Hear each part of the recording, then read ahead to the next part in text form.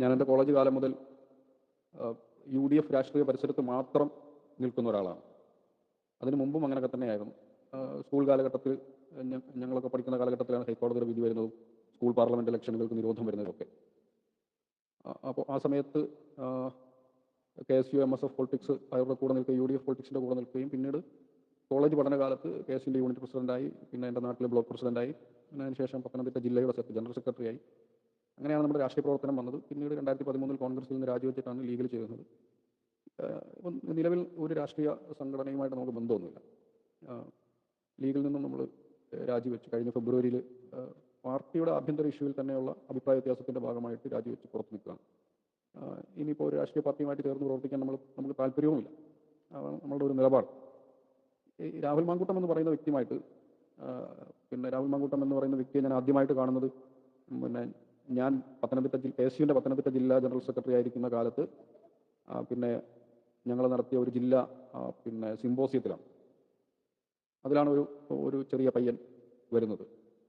അന്ന് തന്നെ അയാളെ നമ്മൾ നോട്ട് ചെയ്തിരുന്നു. കാരണം ഒട്ടും പക്വമല്ലാത്ത ചില അഭിപ്രായങ്ങൾ പൊടുന്നനെ ഒരാൾ വന്ന് പ്രകടിപ്പിക്കുമ്പോൾ സ്വാഭാവികമായിട്ടും അതുവരെ അവിടെ കേൾക്കാത്തൊരു ശബ്ദത്തെ സ്വാഭാവികമായിട്ട് നമ്മൾ ശ്രദ്ധിക്കുക, അതൊരു സ്വാഭാവികതയാണല്ലോ. അപ്പോൾ അങ്ങനെ ശ്രദ്ധിച്ചൊരു പയ്യനാണ്. പിന്നീട് കത്തോലിക്കറ്റ് കോളേജിൽ പിന്നെ UUC ആയി, പത്തനംതിട്ട കത്തോലിക്കറ്റ് കോളേജിൽ UUC ആയി. പിന്നെ അതിനുശേഷം പിന്നീട് ഡൽഹിയിലേക്ക് പോയി. അവിടെ സെൻറ്റ് സ്റ്റീഫൻസിലോ മറ്റോ പഠിച്ചു. അവിടെ നിന്നാണ് പിന്നെ NSU ജനറൽ സെക്രട്ടറി ആയിട്ട് വരുന്നതും പിന്നെ പൊടുന്നനെ ചാനലുകളിൽ കോവിഡിന് ശേഷം ചർച്ചയ്ക്ക് വരുന്നതും ഒക്കെ അവിടെ നിന്നാണ് നമ്മൾ കാണുന്നത്. ഡൽഹിയിൽ പോയതുമായിട്ട് ബന്ധപ്പെട്ടിട്ട് അവിടെ നിന്നും ഷാഫി പറമ്പിലുമായിട്ടുണ്ടായ ഒരു കമ്മ്യൂണിക്കേഷൻ്റെ ഭാഗമായിട്ടാണ് ഇയാൾ യൂത്ത് കോൺഗ്രസ് രാഷ്ട്രീയത്തിൽ വളരെ സജീവമായിട്ട് കെട്ടിയിറക്കപ്പെടുന്നത്. ശരിയും ഈ യൂത്ത് കോൺഗ്രസ് രാഷ്ട്രീയത്തിലേക്ക് യൂത്ത് കോൺഗ്രസ്സോ അല്ലെങ്കിൽ ഇയാളുടെ ഒരു ട്രാക്ക് റെക്കോർഡ് പരിശോധിച്ചാൽ രാഹുൽ മാങ്കൂട്ടത്തിൻ്റെ പൊളിറ്റിക്കലി ഒരു കോൺഗ്രസിൻ്റെ രാഷ്ട്രീയ പ്രതലം നമ്മൾ നിരന്തരം ശ്രദ്ധിക്കുകയും പ്രത്യേകിച്ച് നമ്മുടെ നാട്ടിൻ്റെ രാഷ്ട്രീയ പ്രതലം ശ്രദ്ധിക്കുകയും ചെയ്യുന്നത് കൊണ്ട് നമുക്ക് കൃത്യമായിട്ടറിയാം ഒരാൾ എങ്ങനെയാണ് പ്രവർത്തിച്ചു വരുന്നത്. ആദ്യം യൂണിറ്റ് പ്രസിഡന്റ് ആവും, KSUവിൻ്റെ യൂണിറ്റ് പ്രസിഡന്റ് ആവും, പിന്നീട് അയാൾ മണ്ഡലം പ്രസിഡന്റ് ആവും, പിന്നീട് ബ്ലോക്ക് പ്രസിഡന്റ് ആവും, പിന്നീട് ജില്ലാ കമ്മിറ്റിയിലേക്ക് വരും, അവിടെ ജില്ലാ ഭാരവാഹിത്വത്തിലേക്ക് വരും, പിന്നീട് സംസ്ഥാന ഭാരവാഹിത്വത്തിലേക്ക് മറ്റോ വരും, അല്ലെന്നുണ്ടെങ്കിൽ ജില്ലയിൽ തന്നെ കൂടും, അല്ലെങ്കിൽ സംസ്ഥാന ഭാരവാഹിത്വത്തിലേക്ക് ആദ്യം വരും, പിന്നീട് സംസ്ഥാന കമ്മിറ്റിയിലേക്ക് ആദ്യം വരും, പിന്നെ സംസ്ഥാന ഭാരവാഹിത്വത്തിലേക്ക് വരും, പിന്നീട് സംസ്ഥാന നേതൃത്വത്തിലേക്ക് വരും. പക്ഷേ ഇത് ഇയാളെ നേരിട്ട് കെട്ടിയിറക്കുകയാണ് ചെയ്യുന്നത്. NSUIയുടെ പിന്നെ ദേശീയ സെക്രട്ടറി എന്നിടത്ത് നിന്ന് നേരെ യൂത്ത് കോൺഗ്രസ് പ്രസിഡന്റായ കോൺഗ്രസിൻ്റെ ചരിത്രത്തിൽ തന്നെ ആദ്യത്തെ വ്യക്തിയായിരിക്കും രാഹുൽ മാങ്കൂട്ടം. കാരണം ഒരുപാട് ആളുകളെ ഇപ്പോൾ നിലവിൽ യൂത്ത് കോൺഗ്രസിൻ്റെ പ്രസിഡന്റ് ആവാൻ അർഹതയുള്ള വ്യക്തി KM അഭിജിത്ത് എന്ന് പറയുന്ന നേരത്തെയുള്ള KSUവിൻ്റെ പ്രസിഡന്റാണ്. അപ്പോൾ ഈ KM അഭിജിത്ത് എന്ന് പറയുന്ന ഒരു വ്യക്തിയെ ഈ പിന്നെ വാമനൻ മാവേലിയെ ചവിട്ടിത്താക്കുന്ന പോലെ ഷാഫിയും ടീമുകളും കൂടി ചവിട്ടിത്താത്ത് ആയിട്ടാണ് രാഹുൽ മാങ്കൂട്ടത്തിനെ കൊണ്ട് വെക്കുന്നത്. കോൺഗ്രസ്സുകാർക്കറിയാം, ഉമ്മൻചാണ്ടി ജീവിച്ചിരിക്കുകയായിരുന്നെങ്കിൽ ഇന്ന് ഉറപ്പായിട്ടും ഉമ്മൻചാണ്ടി അതിശക്തനായിട്ട് നിലനിൽക്കുന്ന ഒരു കാലഘട്ടമായിരുന്നെങ്കിൽ ഇന്ന് യൂത്ത് കോൺഗ്രസിൻ്റെ പ്രസിഡന്റായിട്ട് വരേണ്ടത് KM അഭിജിത്താണ്. ഞാൻ ഈ പറയപ്പെടുന്ന വ്യക്തികളുമായിട്ട് ബന്ധപ്പെട്ടിട്ടുള്ള ആരോപണങ്ങൾ മുമ്പ് മുതലേ നമ്മൾ കേൾക്കുന്നതാണ്.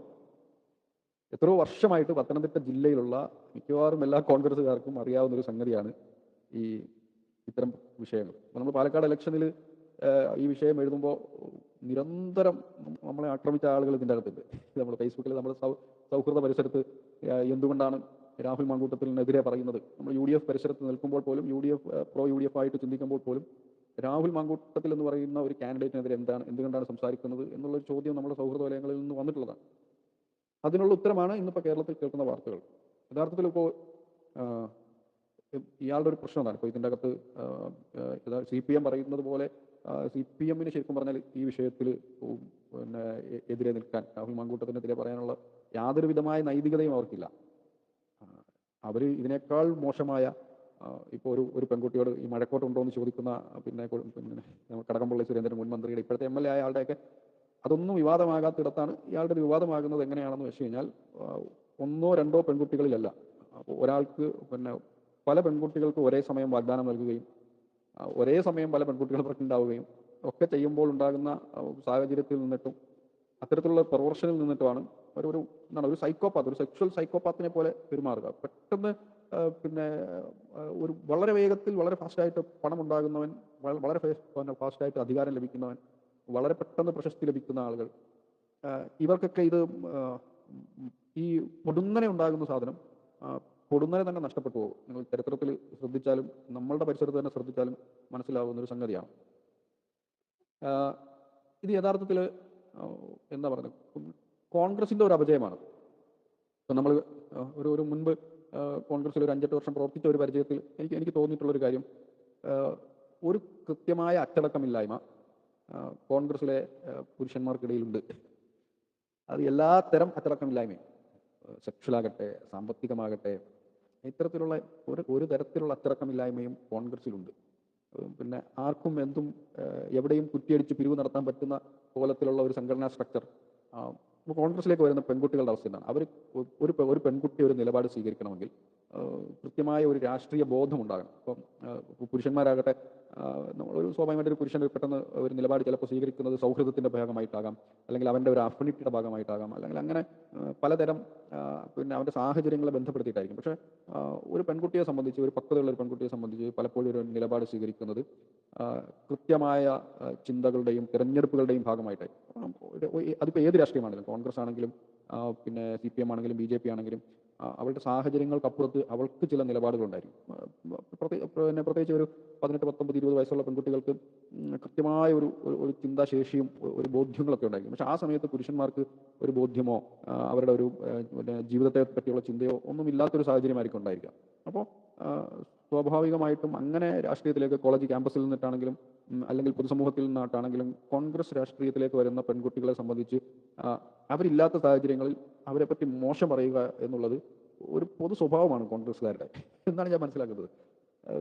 പലപ്പോഴും അങ്ങനെയുള്ള സാഹചര്യങ്ങളിൽ എന്താണ് നമ്മൾ പിന്നെ ദേഷ്യപ്പെട്ട് അല്ലെന്നുണ്ടെങ്കിൽ ഇത് മോശമാണ് എന്ന് പറഞ്ഞ് പൊട്ടിത്തെറിച്ചിട്ട് മാറിപ്പോകേണ്ട പല സാഹചര്യങ്ങളും നമ്മൾ KSUവിൽ പ്രവർത്തിക്കുന്ന കാലഘട്ടത്തിൽ ഉണ്ടായിട്ടുണ്ട്. അപ്പോൾ ഒരു സ്ത്രീയെ പറ്റി മോശം പറയുക, പിന്നെ അല്ലെന്നുണ്ടെങ്കിൽ അവളെ കണ്ടു കഴിഞ്ഞ് കഴിഞ്ഞാൽ അവൾ അപ്രോച്ചബിൾ ആണെന്ന് പറയുക, അവൾ അതാണെന്ന് പറയുക, ഇത് പൊതുവിൽ പുരുഷന്മാരുടെ ഒരു ശീലമാണെങ്കിലും ഒരു രാഷ്ട്രീയ പാർട്ടിയുടെ സംവിധാനത്തിൻ്റെ ഉള്ളിൽ ഇതിനെപ്പറ്റി ചർച്ച ചെയ്യുന്ന ഒരു സാഹചര്യം എന്ന് പറയുന്നത് തികഞ്ഞ എന്താ പറയുന്നത് ഒരു രാഷ്ട്രീയ അശ്ലീലമാണ് എന്ന് വേണമെങ്കിൽ പറയാൻ സാധിക്കും. ഇതിൻ്റെയൊക്കെ ഭാഗമായിട്ട് ഉണ്ടാകുന്ന ഒന്നാണ് ഈ പറയുന്നൊരു സംഗതി.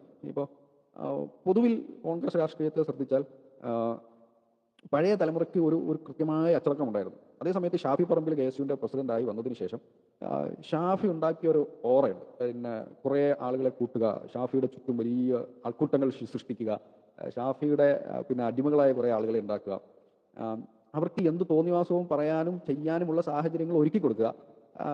ഇങ്ങനെയൊക്കെയുള്ള കുറേ സാഹചര്യങ്ങൾ ഒരു ഷാഫിയെ കേന്ദ്രീകരിച്ച് കോൺഗ്രസിൽ നടക്കുന്നുണ്ട്. നിലവിൽ കോൺഗ്രസിൻ്റെ അവസ്ഥ എന്താണ്?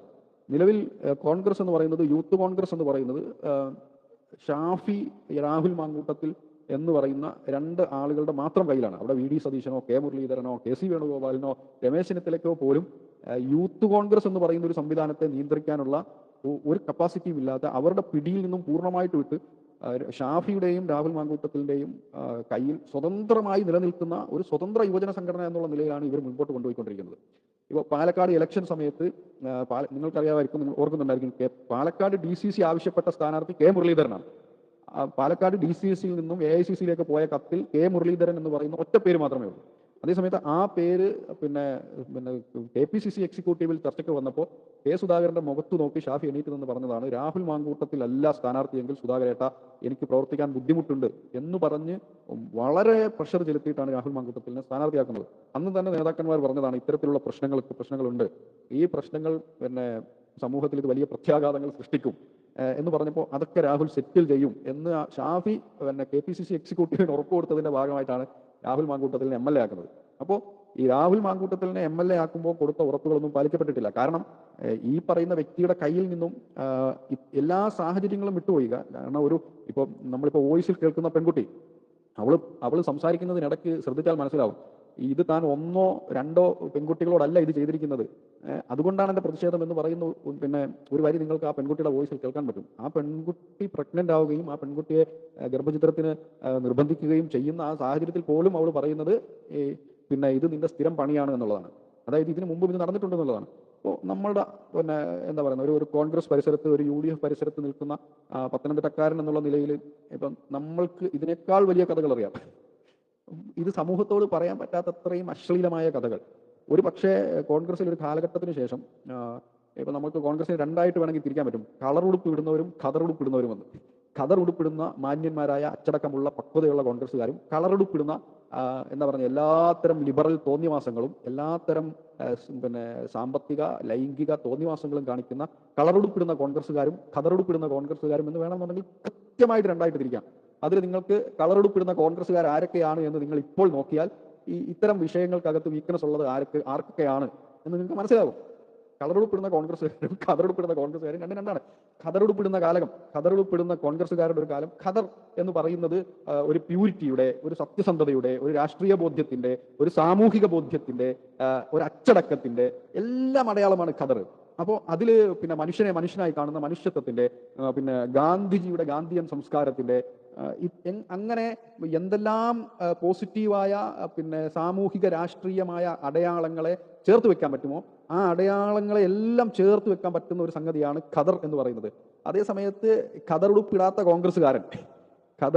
കോൺഗ്രസ്സുകാരനെ നിങ്ങൾ ശ്രദ്ധിച്ചോ, അവൻ ഇതിന്റെ എല്ലാം നേരെ അപ്പുറത്തായിരിക്കും. ഇതിന്റെ ഇപ്പോൾ നേരത്തെ പറഞ്ഞ സത്യസന്ധതയുടെ, വിശ്വസ്തതയുടെ, പിന്നെ എന്താ പറയുക എല്ലാ ഓപ്പോസിറ്റ് അപ്പുറത്ത് അരാജകത്വത്തിന്റെ അങ്ങേയറ്റമായിരിക്കും കളറുടുപ്പിടുന്ന കോൺഗ്രസ്സുകാരൻ. ഖദർ പിന്നെ എന്ന് പറയുന്നത് കോൺഗ്രസ് എന്ന് പറയുന്ന ഒരു പ്രസ്ഥാനം അതിന്റെ സ്വാതന്ത്ര്യ സമര കാലഘട്ടം മുതൽ ഗാന്ധിയും നെഹ്റുവും ആസാദും പിന്നെ മൗലാന മുഹമ്മദ് അലിയും ഒക്കെ ഖദർ എന്ന് പറയുന്നതിലേക്ക് ഇപ്പം പിന്നെ നമ്മൾ മൗലാന അബുൽ കലാം ആസാദിനെ എടുത്ത് നോക്കിയാൽ അദ്ദേഹം ആ ജുബ്ബ ഖദറും അതിന്റെ മുകളിൽ കോട്ടും അതിന്റെ മുകളിൽ തൊപ്പിയും വെക്കുന്ന ഒരാളാണ്. അപ്പൊ അങ്ങനെ കോൺഗ്രസിന്റെ ഒരു സംസ്കാരത്തിന്റെ ഭാഗമായി ഖദറിനെ ഇംപ്ലിമെന്റ് ചെയ്യുന്നത് അവരുടെ വിശ്വസ്തതയുടെ, അവരുടെ അച്ചടക്കത്തിന്റെ ഭാഗമായിട്ടാണ്. ഇതിനപ്പുറത്ത് ഇതൊന്നും ബാധകമല്ല. ഒരു സ്റ്റാർ വാല്യൂവും ഒരു സെലിബ്രിറ്റി ലൈഫുമാണ് കോൺഗ്രസ്സുകാരന് വേണ്ടത് എന്നുള്ള അർത്ഥത്തിൽ കളറുടുപ്പുകളിലേക്ക് ഖദറുടുപ്പിൽ നിന്നും കളറുടുപ്പിലേക്ക് കോൺഗ്രസ്സുകാരൻ മാറിയപ്പോൾ ഉണ്ടായ എല്ലാ അരാജകത്വത്തിന്റെ അടയാളത്തിന്റെ ഒന്നാമത്തെ പോയിന്റാണ് രാഹുൽ. ഒന്നാമത്തെ പോയിന്റ് അത് നിങ്ങൾ പ്രത്യേകം ശ്രദ്ധിക്കണം. ഇത് ഒന്നാമത്തെ പോയിന്റ് മാത്രമാണ്.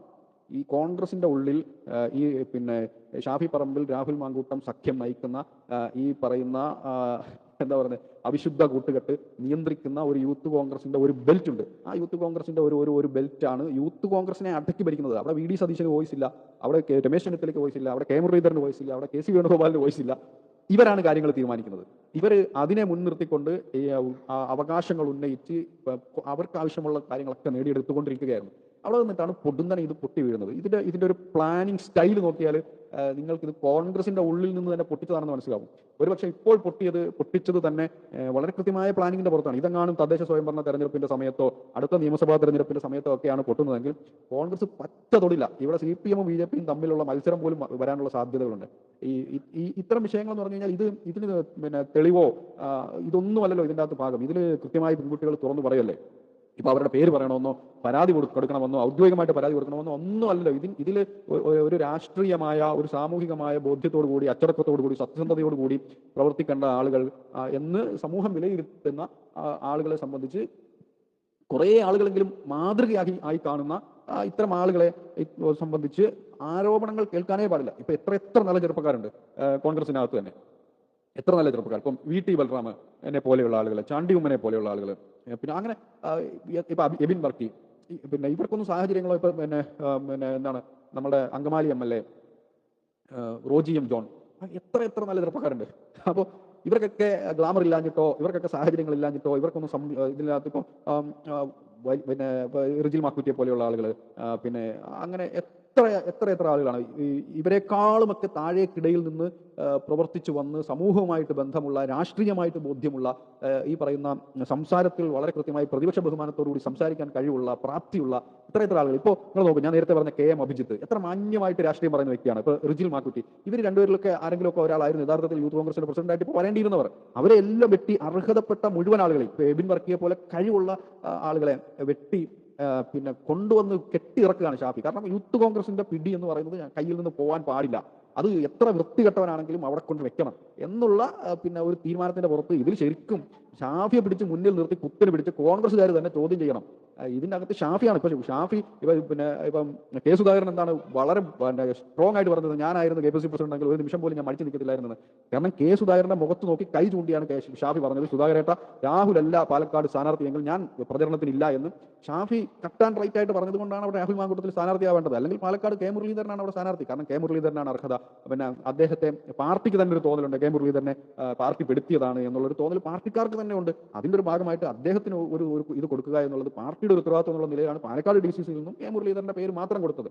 അപ്പോൾ അതിനെല്ലാം വെട്ടിയിട്ടാണ് ഈ ഏറ്റവും വലിയ വൃത്തികെട്ടവനെ കൊണ്ടുവന്ന് സ്ഥാനാർത്ഥിയാക്കി വലിയ പെർഫോമൻസ് കാണിക്കുന്നത്. ഇതിനകത്ത് ലീഗുകാരെ പറയാതിരിക്കാൻ പറ്റത്തില്ല. PK ഫിറോസും ടീമും പിന്നെ രാഹുൽ മാങ്കൂട്ടത്തിൽ എന്ന് പറയുന്ന വ്യക്തിയെ കൊണ്ട് നടന്ന് പിന്നെ മലബാറിൽ വലിയ ആളാക്കി പ്രൊജക്ട് ചെയ്ത് കാണിക്കുന്നതിൽ യൂത്ത് ലീഗുകാരും PK ഫിറോസും പ്രത്യേക പങ്കുണ്ട്. ഈ പറയുന്നത് പോലെ ഷാഫിയെ പിടിച്ചു നിർത്തുന്നതിന്റെ കൂട്ടത്തിൽ എപ്പോഴും ഇവരുടെ റീലിൽ ഉണ്ടാകുന്ന 3 ആളുകളാണ് രാഹുൽ മാങ്കൂട്ടത്തിലും ഷാഫി പറമ്പിലും PK ഫിറോസും. ഈ രാഹുൽ മാങ്കൂട്ടത്തിന്റെ വിഷയത്തിൽ സത്യത്തിൽ ഈ സമൂഹം പിടിച്ചു നിർത്തേണ്ടത് PK ഫിറോസിനെയും ഷാഫി പറമ്പിലിനെയാണ്. രണ്ടുപേരെയും കുത്തിരി പിടിച്ച് നിർത്തിയിട്ട് ഈ സമൂഹം ചോദിക്കണം, പിന്നെ രാഹുൽ മാങ്കൂട്ടത്തിനെ പറ്റി ചോദിക്കണം. കാരണം ഇവരാണ് കൊണ്ട് നടന്ന് വളർത്തിയവർ. കാരണം ഈ ഇത്തരെല്ലാം വൃത്തികേടുകൾ ഈ ചങ്ങാതി കൊണ്ട് എന്ന് അറിയുമ്പോൾ തന്നെയാണ് ഇത്രയും വലിയ സെക്ഷൽ പ്രവർത്തനമാണ് ഇവന് എന്നും കാണുന്ന എല്ലാ സ്ത്രീകളും എനിക്ക് അപ്രോച്ചബിൾ ആണ് എന്ന് തോന്നുന്ന ഒരു സ്റ്റിഗ്മറ്റൈസിങ് ക്യാരക്ടറുള്ള ഒരു സൈക്കോളജിക്കലി പെരിഫീലിയ എന്ന് പറയുന്ന, ശരിക്കും അതൊരു രോഗമാണ്. ഒരു സ്റ്റിഗ്മറ്റൈസിങ് ക്യാരക്ടറുള്ള ഒരു സൈക്കോയാണ്, ഒരു സെക്ഷൽ സൈക്കോ ആണ് രാഹുൽ മാങ്കൂട്ടത്തിൽ എന്നുള്ള കാര്യം സംശയമില്ല. അങ്ങനെ ഒരു സെക്ഷൽ സൈക്കോയാണെന്ന് അറിയുമ്പോൾ തന്നെയാണ് ഇവനെ ഇങ്ങനെ കൊണ്ടു നടക്കുന്നതും ഇവനെ ഇങ്ങനെ പ്രോത്സാഹിപ്പിക്കുന്നതും വലിയ ആളായി കൊണ്ടിരുന്നു. പിന്നെ ഈ പറയുന്നത് പോലെ പത്തനംതിട്ട ജില്ലയിലെ നിരവധി കോൺഗ്രസ്സുകാരുടെ പ്രാക്ക് അവരുടെ എല്ലാം അവസരങ്ങൾ നശിപ്പിക്കുകയും അവരുടെ എല്ലാം രാഷ്ട്രീയ ഭാവി നശിപ്പിക്കുകയും ചെയ്ത് പിന്നെ അവരുടെ എല്ലാം തലയിൽ ചവിട്ടി മുകളിലേക്ക് വളർന്നു പോയ ഒരുത്തൻ അവന്റെ ഏറ്റവും അവന് എത്താൻ പറ്റുന്നതിന്റെ ഉയരത്തിലെത്തിയിട്ട് പിന്നെ പടച്ചവൻ പിടിച്ച് താഴോട്ടിടുമ്പോൾ അതിന്റെ വീഴ്ചയും ആക്കവും ആഴവും എല്ലാം കൂടും. കാരണം ഇത് അവൻ അനുഭവിക്കേണ്ടവനാണ് എന്നുള്ളതാണ് എൻ്റെ ഒരു ബോധ്യം.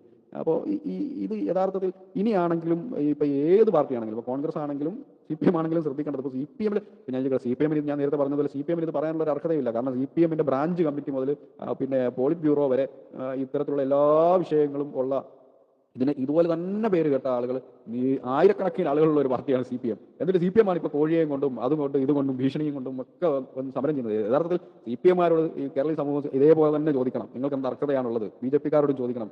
ഈ പറയുന്ന പോലെ ജ്യൂസിൽ മയക്കുമരുന്ന് കലക്കി കൊടുത്ത് പിന്നെ പീഡനം നടത്തുന്ന പാർട്ടി ആണ് BJP എന്നുള്ളത് വാർത്തകളിലൂടെ നമുക്ക് ബോധ്യമുള്ള സംഗതിയാണ്. അതേപോലെ CPM അപ്പം സ്വപ്ന സുരേഷിന്റെ വിഷയത്തിൽ, സരിതയുടെ വിഷയത്തിൽ ഇതിലെല്ലാം CPM-ന്റെയും CPM നേതാക്കളുടെയും പേര് കേൾക്കാം. ഇപ്പോൾ പിന്നെ മുമ്പ് പിന്നെ VS അച്യുതാനന്ദൻ പറഞ്ഞ ഉന്നതരുടെ മക്കൾ ഉൾപ്പെടെ ഉള്ള പിന്നെ പാർട്ടിയാണ്. പിന്നെ എന്താണ് ബലാത്സംഗം ചെയ്ത് പിന്നെ പെൺകുട്ടികളെ കൊന്ന ഉന്നതരുടെ മക്കൾ ഉൾപ്പെടെയുള്ള പാർട്ടിയാണ്. അത് VS അച്യുതാനന്ദന്റെ പച്ചയ്ക്ക് തുറന്ന് പറഞ്ഞ ആളുകളുള്ള അവരുടെ മക്കളുള്ള പാർട്ടിയാണ് CPM. CPM-ന് യഥാർത്ഥത്തിൽ ഇതിൽ ചോദ്യം ചെയ്യാനുള്ള അർഹതയില്ല. കോൺഗ്രസ് തന്നെയാണ് ഇതിൽ തീരുമാനം എടുക്കേണ്ടത്. യഥാർത്ഥത്തിൽ രാഹുൽ മാങ്കൂട്ടത്തിൽ എന്ന് പറയുന്ന ഒരു വ്യക്തി എത്രയും പെട്ടെന്ന് MLA സ്ഥാനവും രാജിവെച്ച് രാഷ്ട്രീയ വനവാസത്തിലേക്ക് പോവുക എന്നുള്ളതല്ലാതെ അയാൾക്ക് ഇനി ഇതിൻ്റെ അകത്തൊന്നും ചെയ്യാനില്ല എന്നുള്ളതാണ്. പിന്നെ ഈ വിഷയത്തിൽ പിന്നെ കോൺഗ്രസ് സ്വീകരിക്കേണ്ടത് പുറത്താക്കുക എന്നുള്ളത് മാത്രമാണ് കോൺഗ്രസ് ചെയ്യേണ്ടത്. രാഹുൽ മാങ്കൂട്ടത്തിലിനെ പാർട്ടിയിൽ നിന്നും പടിയെടുത്ത് പിണ്ടം വെച്ച് പുറത്താക്കി മാന്യമായ ഒരു സ്ഥാനത്തേക്ക് കോൺഗ്രസിനെ തിരിച്ചെത്തിക്കുക, ആളുകളുടെ മുമ്പിൽ കോൺഗ്രസിന്റെ വില ഉയർത്തുക എന്നുള്ളതാണ് കോൺഗ്രസ് ശരിക്കും ഇനി ചെയ്യേണ്ട സംഗതി.